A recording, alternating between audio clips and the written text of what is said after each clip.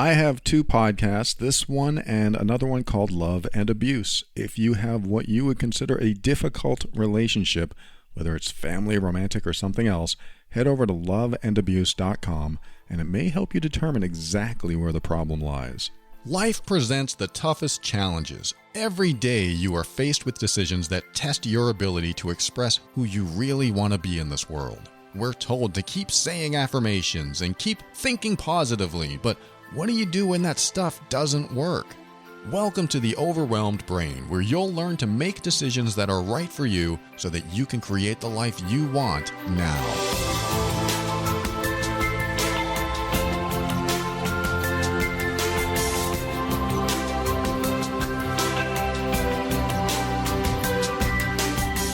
Hello and welcome to the show. My name is Paul Coliani and I am here to help you increase your emotional intelligence so that you can avoid dysfunction, handle toxic situations with grace and ease, and show up as your authentic self. Everything I talk about on this show is my personal opinion and is meant for informational and educational purposes only. Always consult a medical or psychological professional before making any changes that could affect your physical or mental health. All right, to start the show, I'm going to read a quick email that came in a couple months ago, but I think it has a good point in it that I want to convey, and it's a very quick one, and I think it's from a younger person just because of the way they wrote it, but there's a couple of good points in here, actually, one that I want to address and one that I want to repeat about what this person said. So they said, "Hey, Paul, first I want to thank you for your podcast. They are helpful." Thank you. So basically, I've been seeing a boy who's very different from me. I mean, our perspectives are different. When we first met last year, I didn't notice that he had a girlfriend, but he had one, and lately he told me he broke up, and he kind of opened up about it. But when we go out, he keeps touching me and getting closer, until I ask him, "What are we doing? What are you doing?" He answered genuinely, "Can't we just enjoy each other's company?" See, I'm not ready for a relationship or commitment. I don't want to lose you like I lost my ex. Honestly, Paul, this was and still is painful, but I realized this is me and I'm cutting this toxic person out of my life. And if he were the right person, he wouldn't make me feel like I'm not enough. He wouldn't even make me question everything. I hope you reply on me. So I think there might be also a language barrier there, but I think I got the gist of what they were saying. First of all, thank you so much for sharing this. Thank you so much for writing. Second of all, good for you. Good for you noticing that it didn't feel right. When you're with someone else and it doesn't feel right, you have every right to back off, take a break, create some distance, or just stop seeing them. You have every right to do that. That is your right.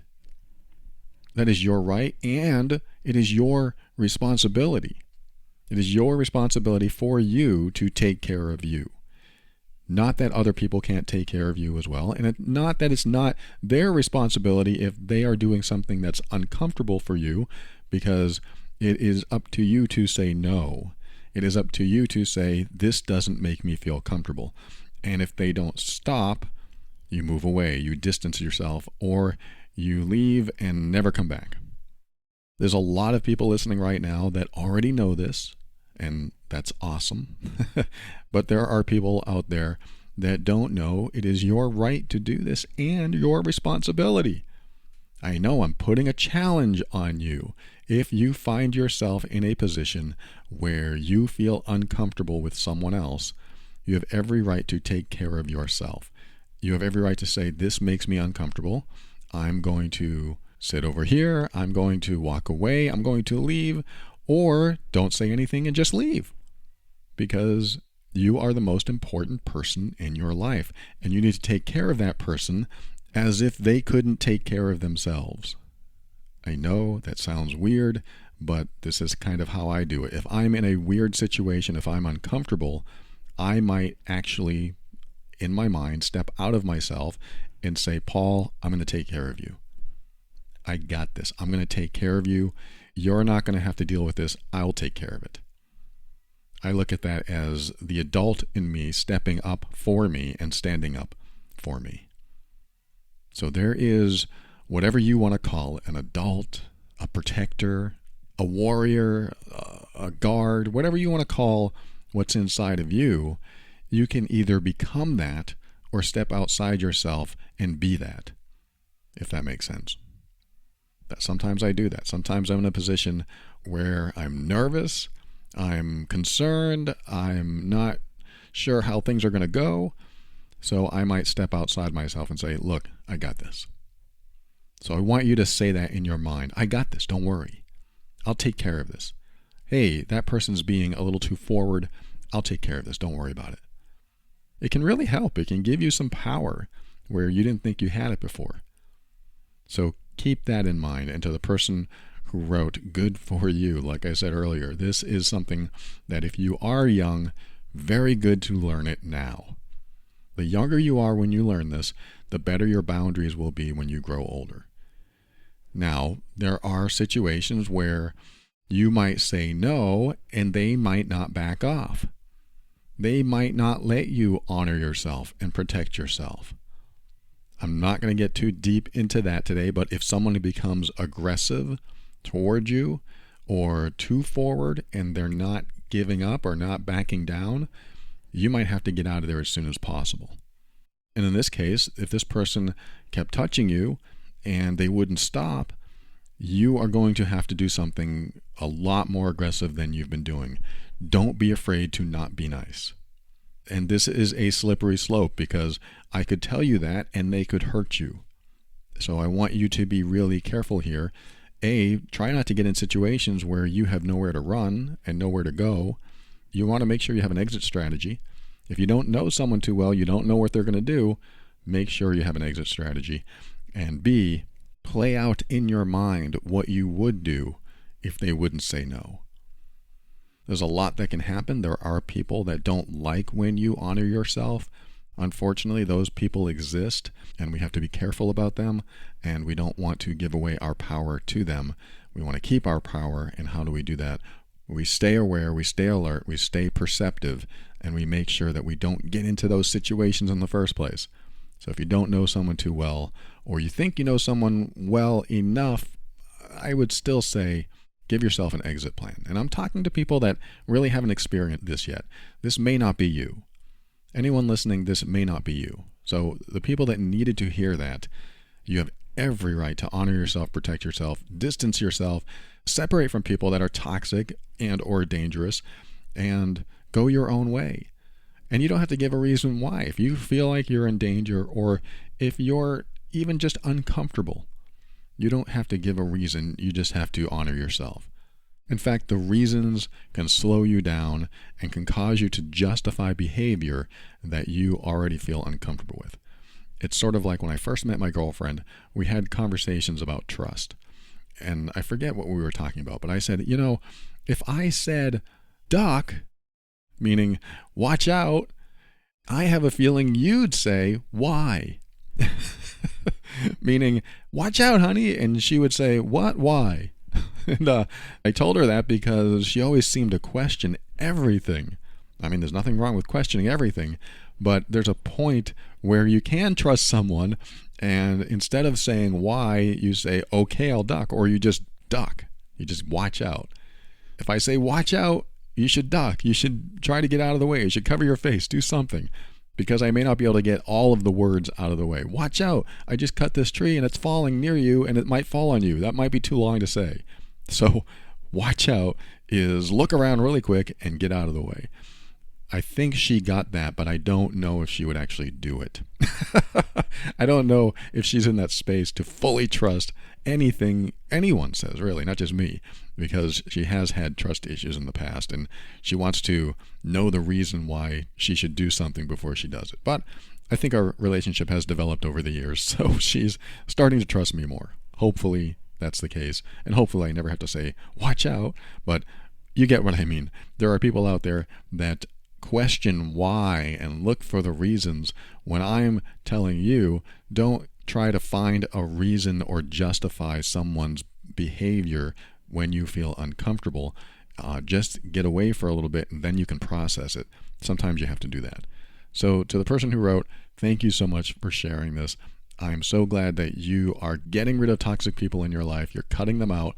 yes, that is a good idea. If they make you feel uncomfortable, good for you. And that is a very empowering stance that you've taken. And I'm sharing this with everyone because of what you said. It's important. If you're learning this at a younger age, it is important to continue doing this behavior, honoring yourself, standing up for yourself, and moving in that direction so nobody takes advantage of you, and especially nobody hurts you. And let me just say something about the last thing you said, which is, if he were the right person, he wouldn't make me feel like I'm not enough, and he wouldn't make me question everything. Speaking of questioning everything, the two things that you said, he wouldn't make me feel like I'm not enough, you are spot on. When someone cares about you, when they support you, when they love you, not only do they make you feel like you're enough, but you're great. You're more than enough. The word enough doesn't even come into play. You're great. You are worthy. You are lovable. You are important to me. I love you. When you hear that, you have a different feeling than feeling like you're not enough. Anyone that makes you feel like you're not enough is not the right person to seek validation from. Put that on your refrigerator. Anyone that makes you feel like you're not enough is not the right person to seek validation from.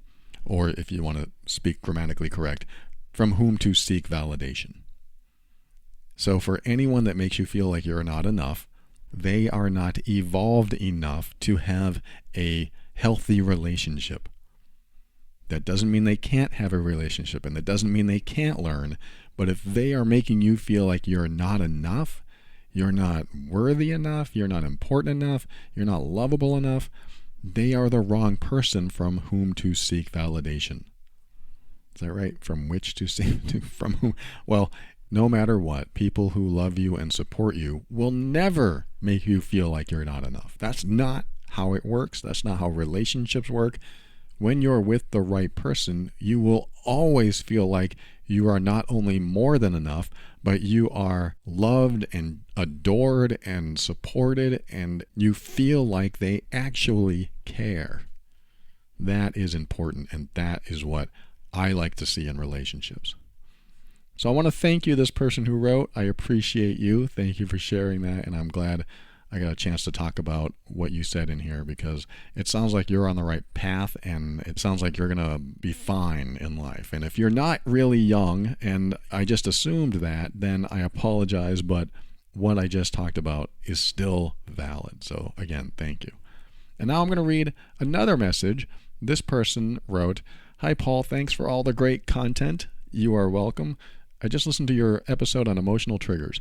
I guess I'm not as tuned into myself as I thought, because I'm wondering what emotional triggers I have. What can I do to identify them?" All right, I'm going to answer that before I read on, because they asked one more question and I want to make sure I cover all of this. So you want to know how to identify emotional triggers. To me, this is a very easy thing to answer. Not that it was an easy question. It's actually a difficult question for a lot of people. But I have worked on emotional triggers for many years. I have done everything I can to eradicate mine, because I really hate them. I'm talking about the negative ones. I really hate emotional triggers. When they come up, I want to know how to get rid of them. I want to know how to heal from them, how to process them, how to release them, and move on. My first piece of advice is to listen to my episodes on emotional triggers, because that's going to help you a lot. Go to theoverwhelmedbrain.com, type in the word trigger, you'll have a bunch of results. My second piece of advice is to catch it in real time. Do some real-time observation with yourself by checking in with yourself when something happens that makes you feel bad or hurt or upset. Check in with yourself and ask yourself, what just triggered me? That's really the simple step to this, is just asking yourself, what just triggered me? Let's just say that somebody came up to you and said, "You don't care about me and I hate you." I mean, I hope nobody ever says that about you, but let's just say they did. "You don't care about me and I hate you." If I asked you, does that trigger you? You would probably say, well, yeah, that triggers me. Why wouldn't it trigger me? That might be your first response. That reminds me of another article called Stupid Questions That Lead to Healing over at theoverwhelmedbrain.com. That's going to help too. But if you got triggered and I asked you, why did that trigger you? You would say, why wouldn't it trigger me? That would trigger anyone. If somebody came up and said, you don't like me and I hate you, or something like that, whatever I just said, that's going to trigger almost anyone. And I would say, yeah, you're probably right, but why did it trigger you? What specifically about that comment triggered you? Because when I try this on, if somebody came up and said, I hate you. I hate what you do on the air. I hate the way you teach. I hate what you teach. I think you're toxic. And you should pack up and close up shop because you are bad for the world. Let's just say that happened. Oh my God, that would be quite the comment that somebody would say toward me. My first thought would be, what did I do? That would be my first place. What did I do? What did I say? What exactly did they hear me say or see me do that made them so upset toward me?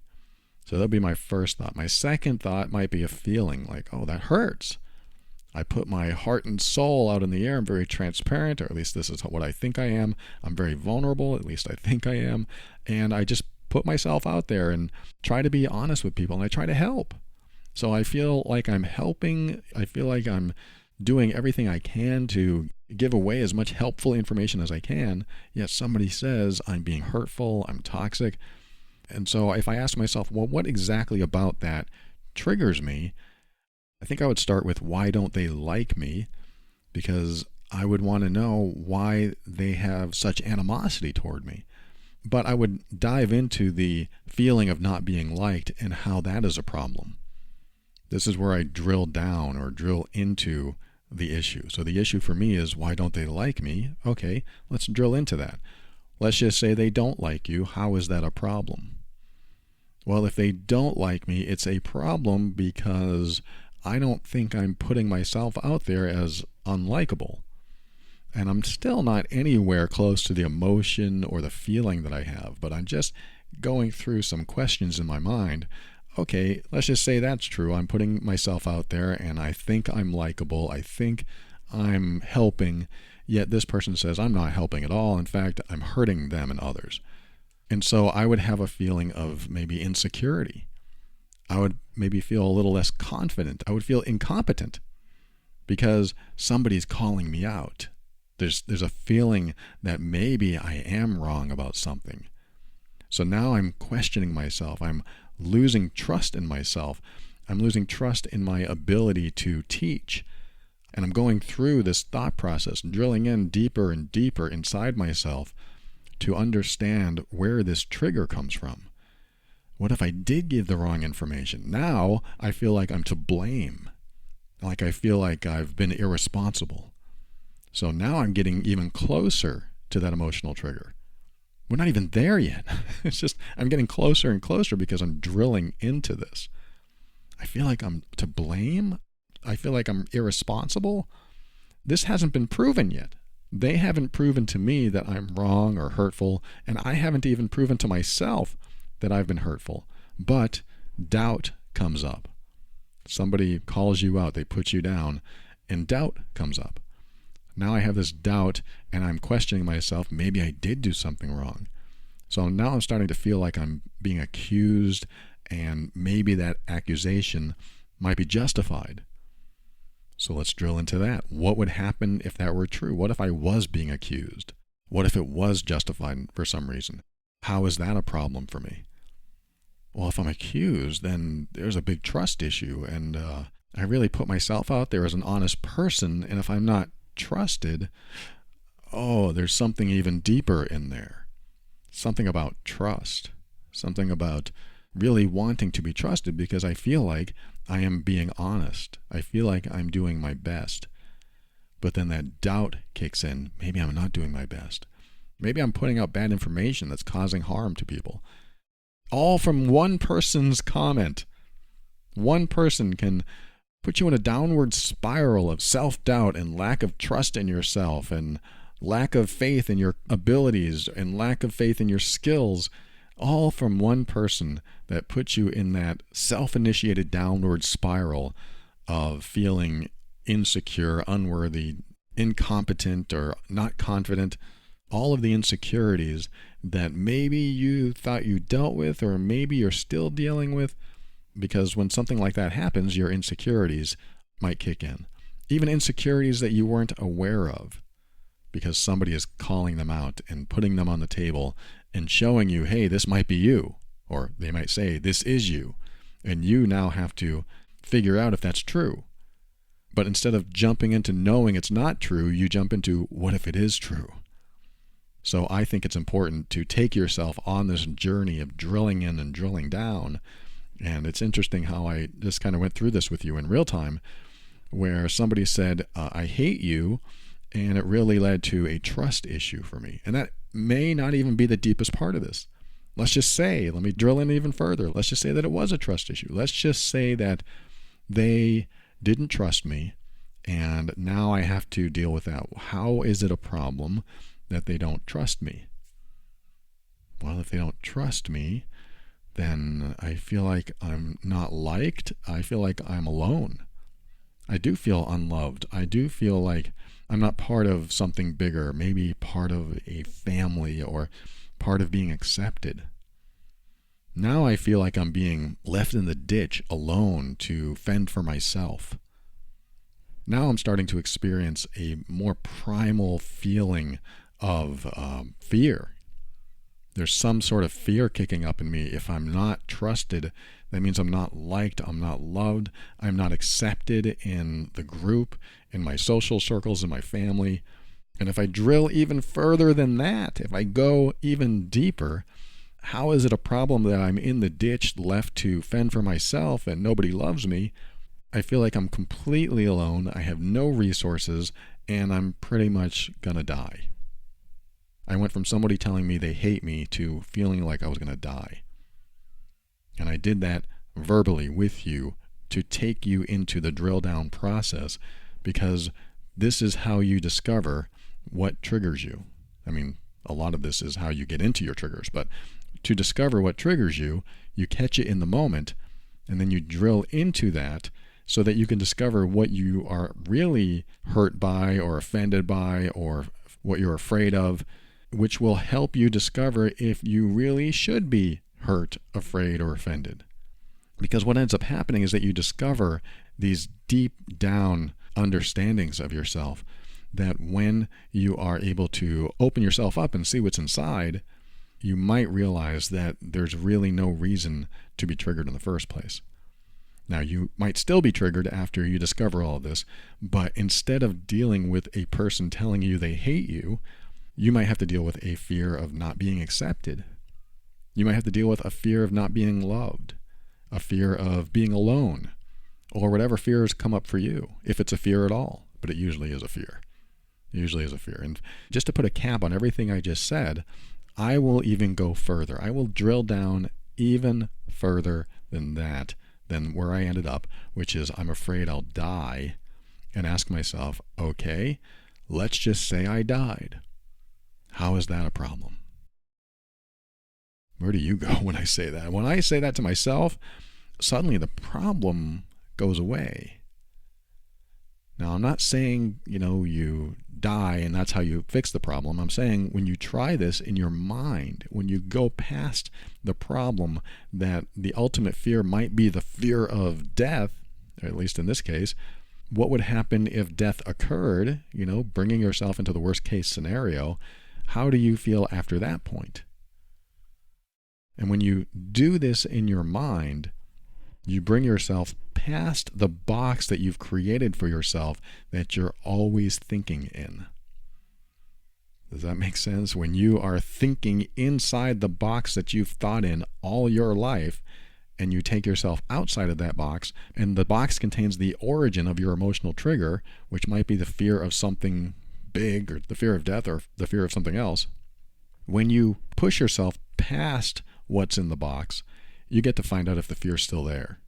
So I pushed myself past this box of thinking that I'd been in the whole time and asked myself, okay, inside the box of thinking I have this fear of death. What do I do about that? Well, what would happen if I did die? What would happen if death came and I had no choice? Where do I go with that? Well, suddenly my problems don't exist anymore. And when I put myself in that frame of mind, then somebody saying I hate you really doesn't matter, because I went to the origin of what I feel and beyond my biggest fear, and suddenly the words I hate you really don't have any meaning anymore. I'm not saying it's super simple to do this. I'm not saying that you'll figure out every emotional trigger that comes your way and suddenly you feel better, but it could happen. It could definitely happen. And I'm also not talking about taking your own life. That's not that at all. Because you can do this stuff in your mind and get to the point in your mind where you feel better. Because we usually don't go past what I like to call a boundary or a threshold inside of ourselves that takes us beyond our deepest fear.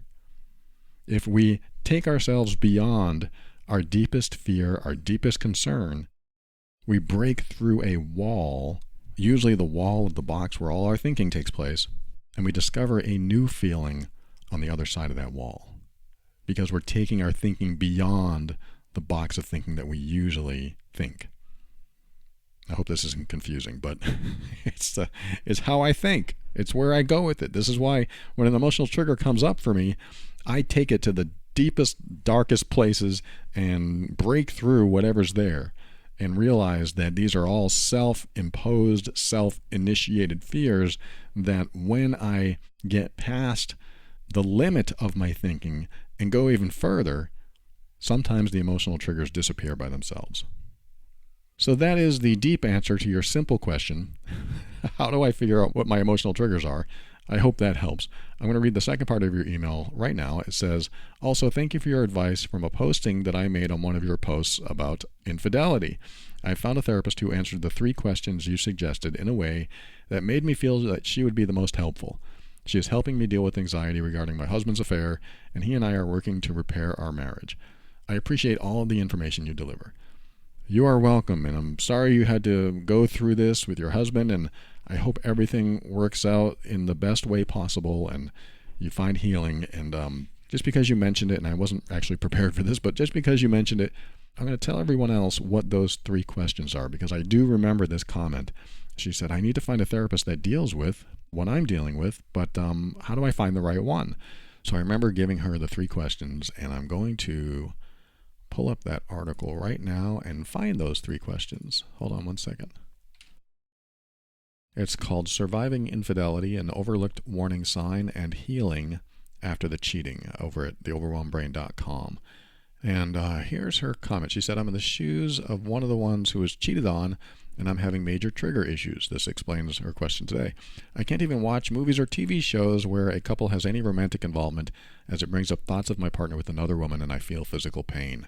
I'm thinking of seeking counseling to overcome this. Do you have any recommendations of what type of counselor to try, or what questions I might ask a therapist to ensure they are the correct one to help me? So, yes, that was the question on that article, and I replied, as for the type of therapist, I think you're going to find that nearly all of them have dealt with infidelity of some sort. Those who specialize in marriage and relationships might be a good start. But I think some good questions to ask might be the following. 1, this one's pretty obvious. Do you work with victims of infidelity? 2, do you prefer to save the relationship or encourage a different path? And 3, is there a way out of the obsessive thinking, or am I doomed?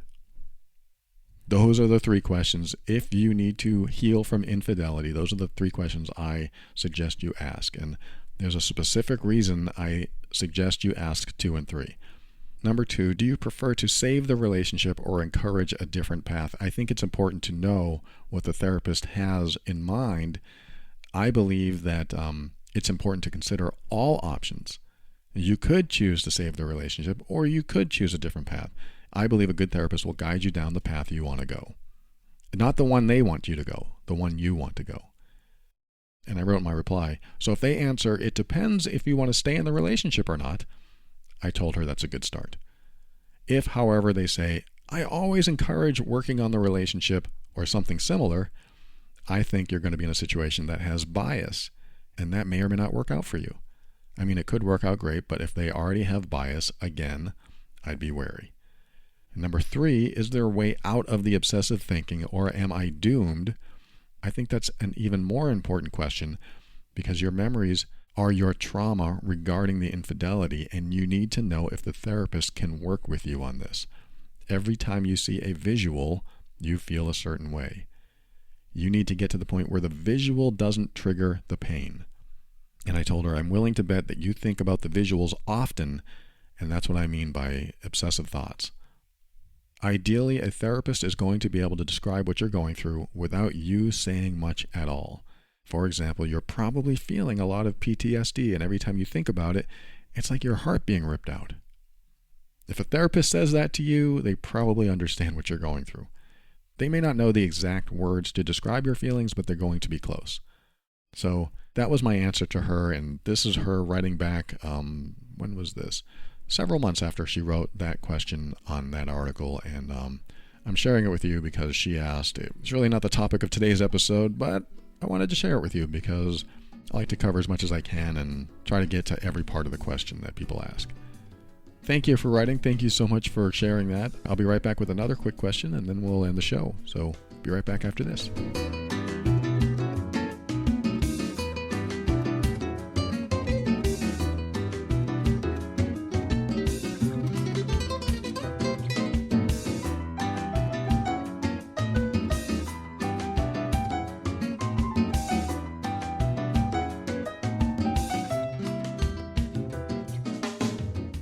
So what do you do between all the times that you're working on yourself? What about when you want some downtime?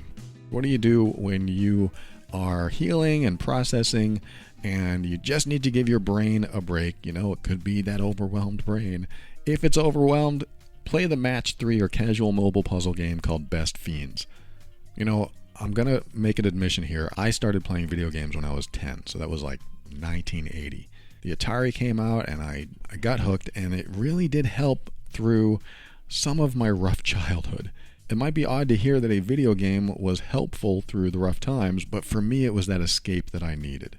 I'm not saying Best Fiends is your escape, but I am saying that it can be therapeutic. It can be therapeutic to unplug from one thing that could take a lot of work and plug into another thing that gives you a feeling of freedom. And puzzle games are a great way to do that. Best Fiends is one of those puzzle games that you won't be able to put down. It's got over 100 million downloads, and it really allows you to play this game anywhere, casually in line at the store or waiting for meat at the deli. That's what I do, unless you're a vegetarian.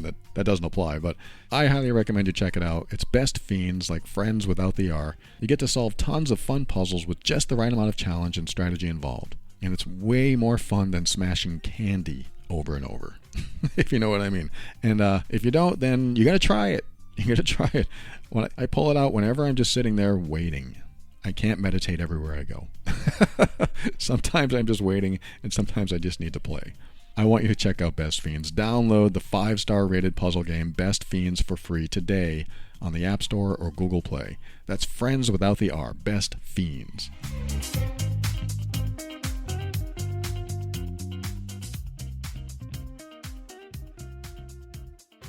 All right, welcome back. I'm going to read you one more message here, trying to fill the show with as much content as possible, try to hit every angle of every single thing that ever happens in life. Wish me luck.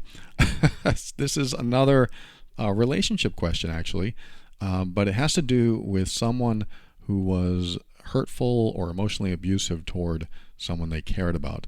I'm not going to read you the whole email. It said that this person knew a woman that broke up with somebody, so him and her became friends.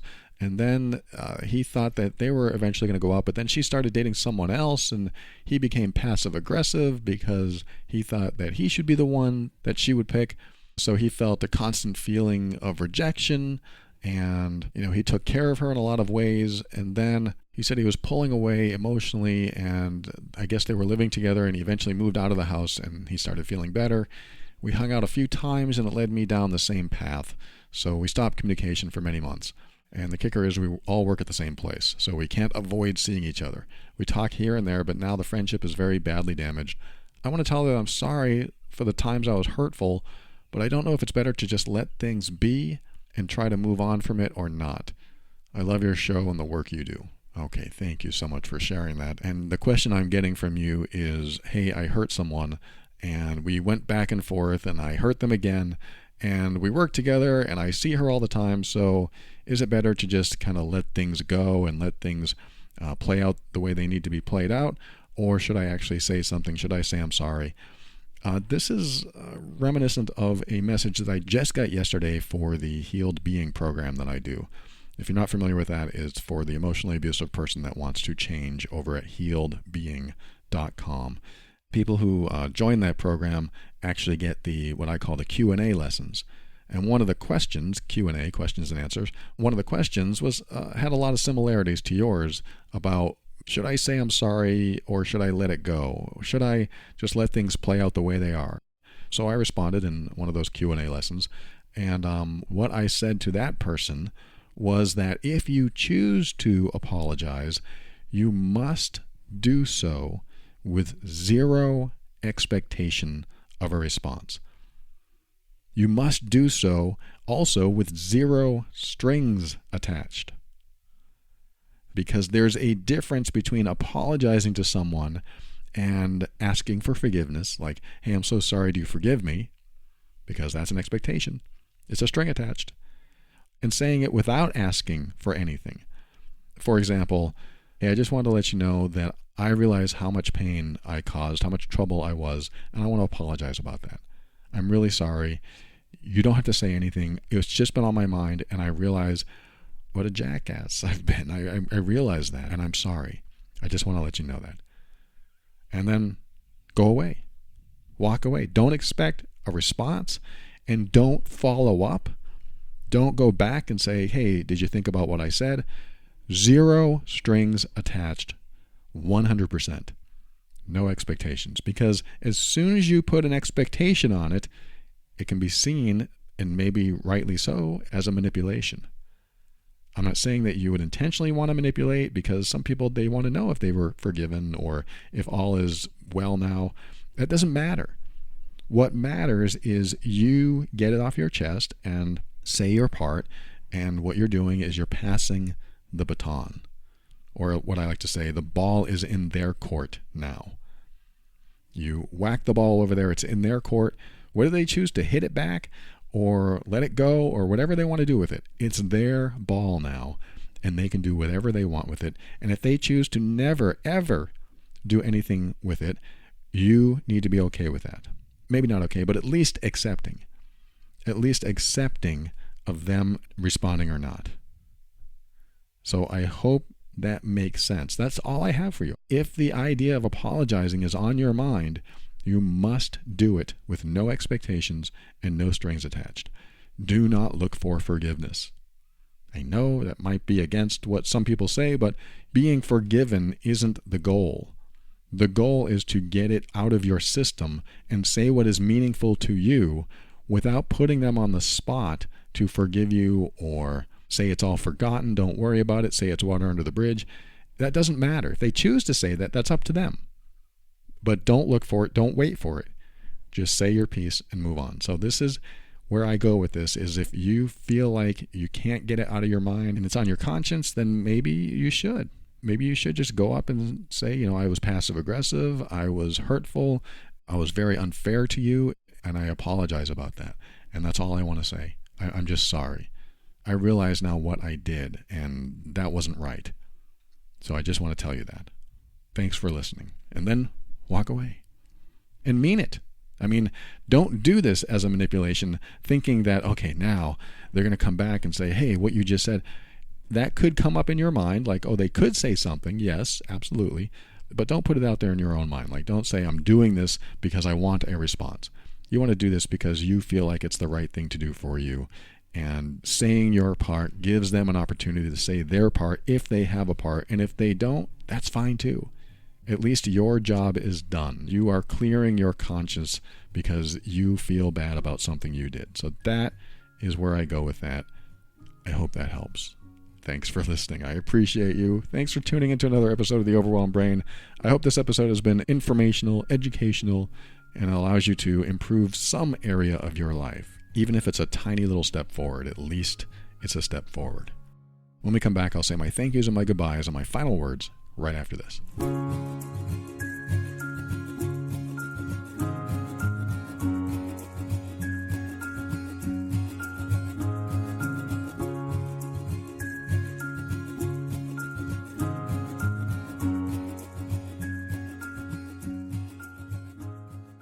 Thank you for listening to another episode of The Overwhelmed Brain. I want to thank our sponsors today, BetterHelp. Go to betterhelp.com/brain and get 10% off your first month of their excellent service. That's BetterHelp, HELP.com/brain.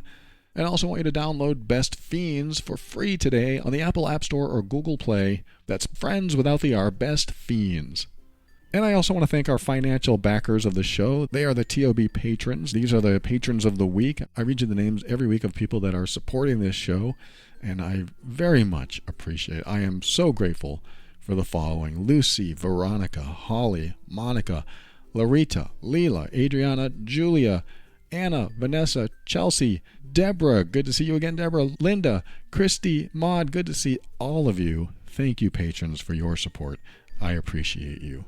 And if you find value in this show and you'd like to give back, visit moretob.com. You can choose to give a single one-time donation or give your monthly support, and you'll also be in the patron program if you decide to become a patron. I give back with private episodes, worksheets, and even a video archive, so check it out over at moretob.com. And if you remember a long time ago at the beginning of this episode, I talked about my podcast, Love and Abuse. Go to loveandabuse.com. If you are in any type of relationship that you find difficult and maybe even emotionally abusive, whether it's romantic, platonic, or family, if you leave many conversations feeling bad, find out if you're being emotionally abused by checking out Love and Abuse over at loveandabuse.com. And I also mentioned Healed Being. If you think you're the difficult person, you're the hurtful one, you are being emotionally abusive, maybe it's time for a change there as well. If you want to change that behavior, head over to healedbeing.com and sign up for that program.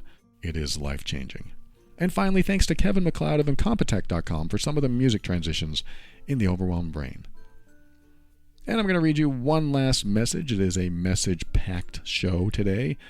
Hi, Paul. I hope my email finds you well. I was listening to the episode on the 18th of October, 2020, about feeling crazy when we don't have the answers. It was a wonderful episode, and it really got me thinking in a way that makes me think that maybe I should be qualified before I ask the man who broke up with me why he did so. I emailed you earlier this year that the man I was dating broke up with me and gave me no reason for the breakup. I thought that I had found my soulmate, but I was shocked. I wasn't looking for answers, and I thought I was doing well working on myself. Coming back to now, I got my answer. I decided to do what I kept putting off, which was look for it. And there it was, staring at me. He's now married within 6 months of our breakup. We'd been together for 2 years. He remarried again.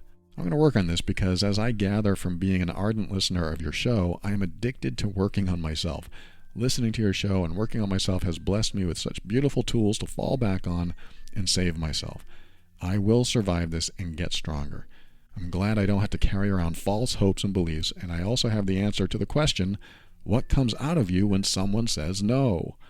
What came out of me was productivity, and I'm very thankful to you for encouraging this constantly and drilling it into people's heads like mine, which gets stuck in a rut time and time again. Thank you so much, Paul, for everything that you do and for being awesome. Warm regards.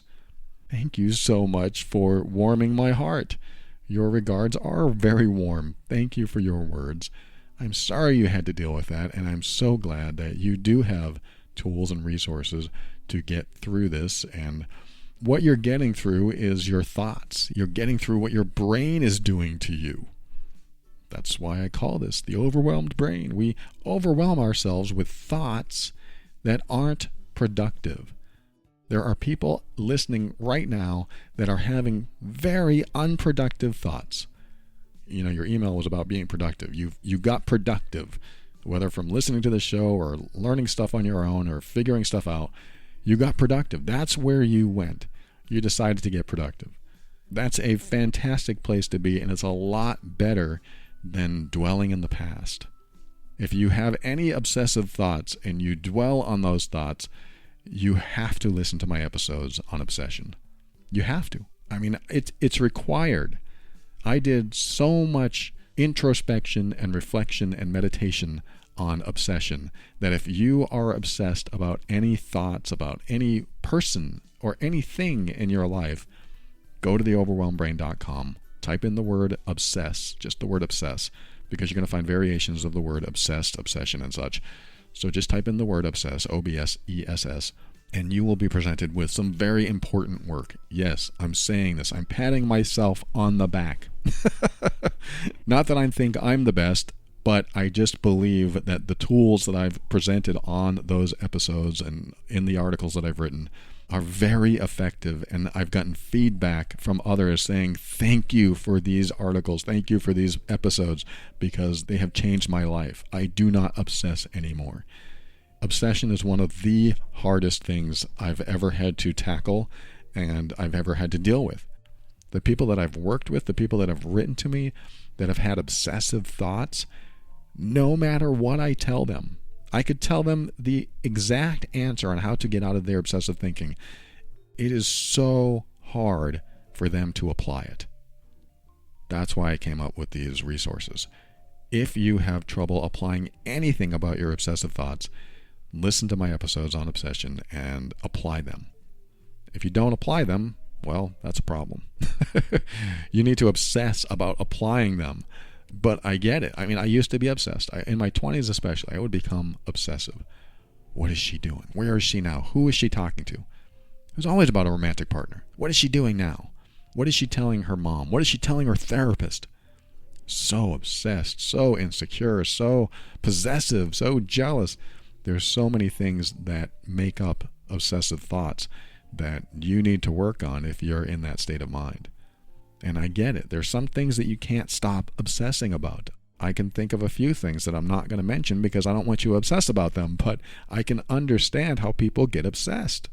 I have been there. I know what it's like. And quite frankly, I'm sick of it. Not of you, of me. I'm sick of my own obsessive thoughts.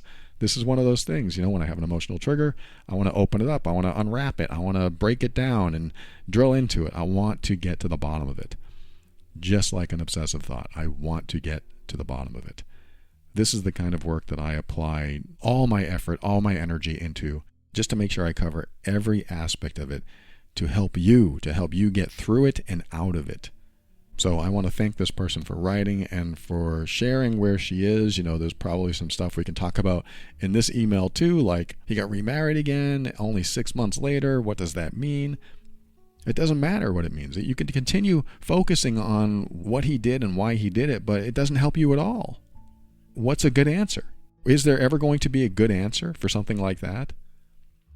I had someone leave me and they were married within 2 or 3 months. It was a long relationship and she left and married someone else. I thought, what the heck just happened? I was just blindsided by that. But I didn't want to obsess about it because I knew if I kept obsessing about it, I wouldn't get anywhere. I would continue being depressed because I was depressed at that time. I would continue focused on the wrong thing, looking in the wrong direction.